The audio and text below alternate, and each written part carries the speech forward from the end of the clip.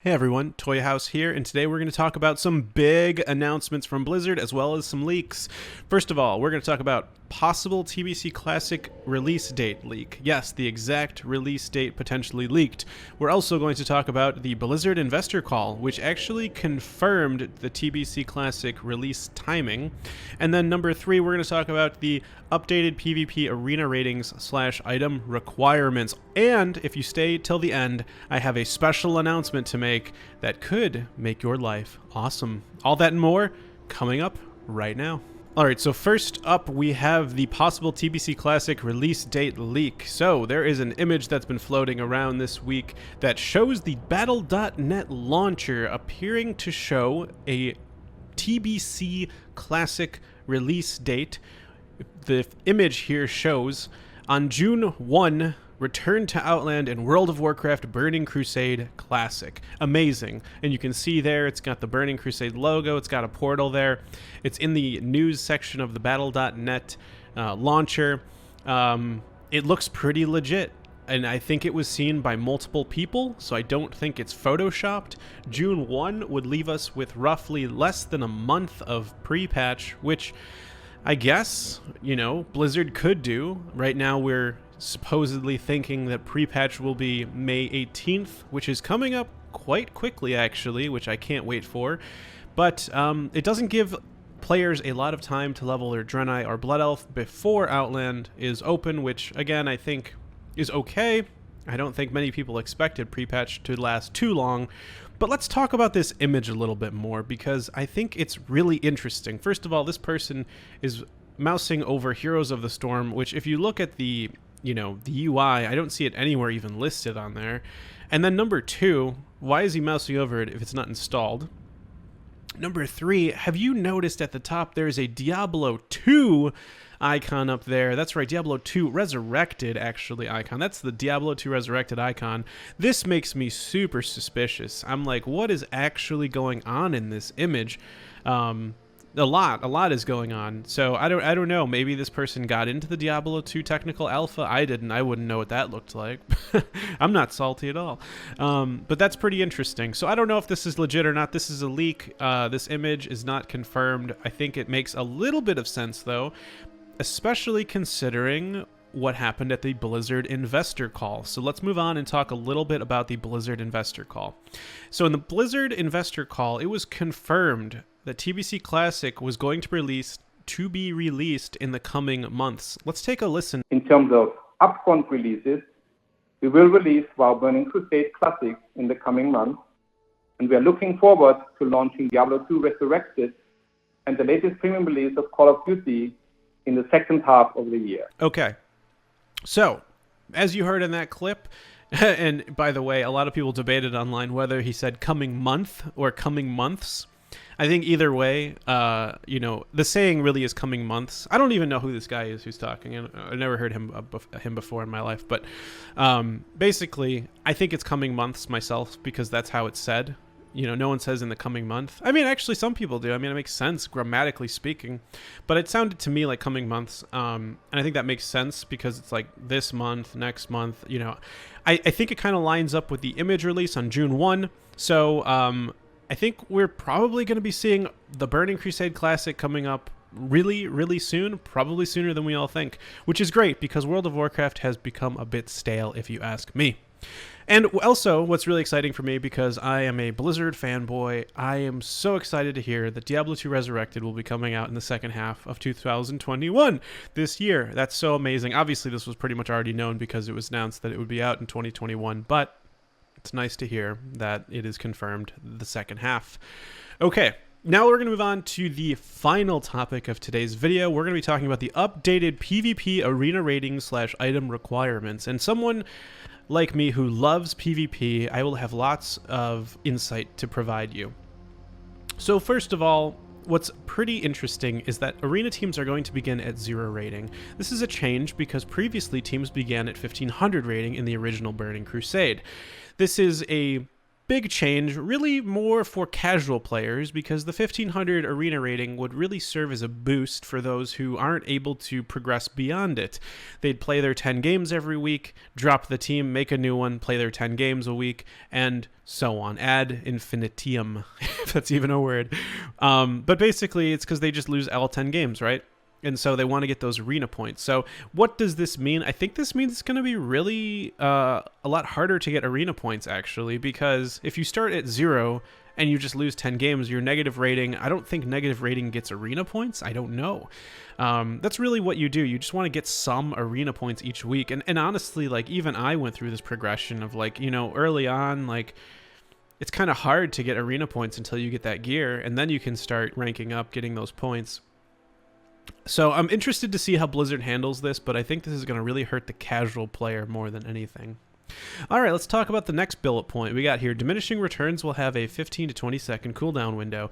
So this is interesting because diminishing returns is basically when you cast a spell like polymorph, or there are certain spells that have diminishing returns. So you cast polymorph, fear. Each subsequent or each following cast that you cast will last for a shorter amount of time until the target has become immune to that particular spell. So you can only fear someone so many times until it's, 6 seconds, 2 seconds, 1 second, and then they're immune.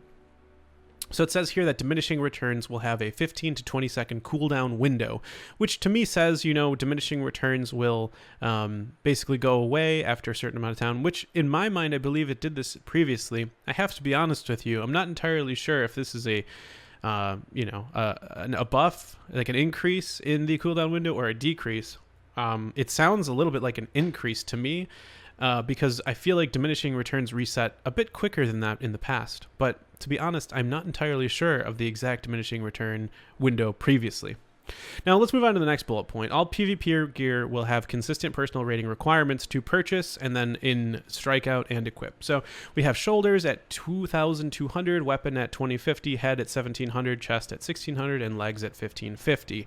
Now this looks very, very similar to what I have seen in the past because I've actually made videos on this, and I even remember from back in the day. This sounds very accurate.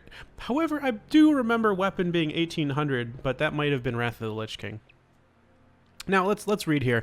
A major goal we have in the Burning Crusade Classic PvP is to provide consistency as we step forward through each season and phase of content. We believe this will promote a healthier PvP environment that emphasizes the prestige players can feel when obtaining shoulders and weapons in particular. Interesting. So I don't actually remember the having to have the rating to equip, but I think it's a great thing that you don't have to have the rating to equip it just to purchase it, because I think that would be a lot of pressure. Like, let's say you have your rating is literally exactly like 2050. You bought the weapon with arena points, which probably took you several weeks to get those arena points, and then you go ahead and you go into the arena and you're like drenched in sweat because you're like, oh my god, if I lose this arena, I'm gonna not be able to equip my weapon.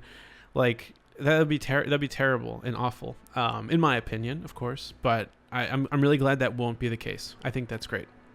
Let's see here. So all arena point costs for gear. Arena gear will remain consistent for all Burning Crusade Classic Arena seasons. Oh, no way.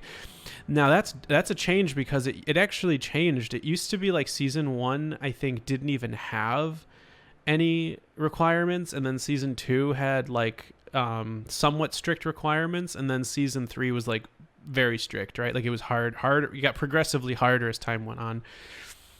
Very interesting. Arena points are awarded during the weekly reset. That's the same, and are based on the team that earned the most points. That's also the same. So if you have 2v2, 3v3, and 5v5, the team, so let's say your 5v5 team has the highest rating, you're going to get the most points. You're going to get the amount of points you would have gotten from that team. So it says here, to qualify for arena points, your personal rating must be within 150 of the rating of your team with at least 10 games played. You must have participated in 30% of your team's games of the previous week. So this is like probably boosting stuff, or if you have like 4 people and you want to do a 3s team, something like that, this might impact you. This is kind of cool. Season 1 will feature a unique rank 1 title, the Infernal Gladiator. Typically, it's just Gladiator, or I think they started doing like Vengeful Gladiator, Savage Gladiator, Wrathful Gladiator, things like that. It says here originally rank 1 titles weren't introduced until season 2. This is a good opportunity to introduce one for the first season of Burning Crusade Classic. Yeah, so originally it was just called I think we were just called Gladiator, but now I guess it's going to be called Infernal Gladiator for season 1. That's kind of cool. Seasonal rewards will be delivered to players who reach a top percentage of teams per bracket in their region. So is that like US East, US West? Because we're talking cross realm. I'm a little curious about what does the region actually refer to. But here it says rank 1 is 0.1% of top teams. Rank 1 title, the Infernal Gladiator. That is cool. Gladiator is 0.5%, Duelist is 3, Rivals 10, Challenger 35. So if you're in the top 35%, top 10%, top 3%, and so on. Now, to qualify for a seasonal reward, your personal arena rating needs to be within 100 points of your team's rating, and you must have participated in 20% of your team's games. The gold-green arena flags have been changed to gold-purple to improve colorblind accessibility. What? That's crazy, but good. That's good. I'm glad that they did that, I guess, because I mean, we should be inclusive of colorblind people. But that's very interesting. I remember the gold-green so much. No! Tornadoes will randomly spawn in the Grand Arenas in Season 1? What the I actually don't agree with this. I don't like tornadoes. Does anyone here like... comment in the section below. In the comment section below if you like tornadoes in the arena. We want to recreate the experience of these unique map mechanics as they were originally introduced. PvP vendors have been configured to make Season 1 behave more like subsequent seasons than it did in the original Burning Crusade. Interesting. I don't know what that means. PvP vendors have been configured to make Season 1 behave more like subsequent seasons. I don't know what that means. Does that mean they're going to... I don't know. I don't know what that means. We're almost done here. Alliance PvP vendors. Captain Dirgehammer sells level 70 honor armor. Captain O'Neill sells level 70 honor weapons. Master Sergeant Biggins sells pendants, medallions, bands, and gems in Season 1. Lieutenant Carter will now sell Reigns of the Black Elec starting in Season 1. Was available Season 4 of the Burning Crusade. Okay. So you're getting some mounts that were available later. You're going to be able to get them earlier.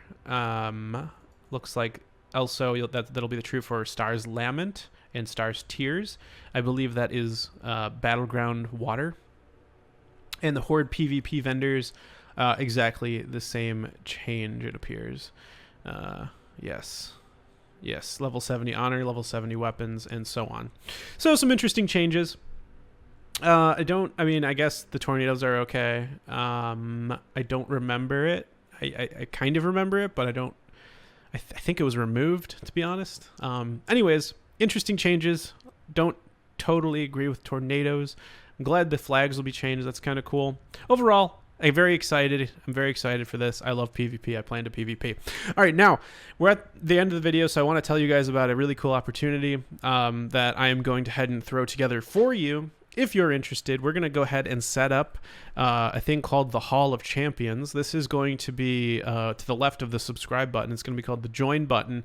And basically, the longer you are part of the Hall of Champions, you're going to get progressively cooler rewards. It's going to be a badge that you can have next to your name. It's going to be 1 month, you're going to have the bear badge. At 2 months, you're going to have the cat. So this is basically druid forms, and you're like progressing. And then at 6 months, you get the aqua form. And then at 12 months, you get travel form. And then after that, after 24 months, you get boomkin and then tree of life. You also get some cool emojis like the notification bell. You get night elf emoji. You get cyclone, and then you also get the rock on or unsummon or vampiric embrace, whatever you want to call it. So it's basically like a membership thing. Nothing's going to change about the videos that I'm doing. I just wanted to have that available for you if you're interested. I think it was kind of cool to put together, and it's a cool way to show your support for the channel and progress up through the different ranks of badges as time goes on. So that's it for today's video, guys. I hope you enjoyed it. I'm pretty excited about the future of World of Warcraft. TBC Classic can't be released soon enough. I can't wait. And hope you guys have a great day. Take care.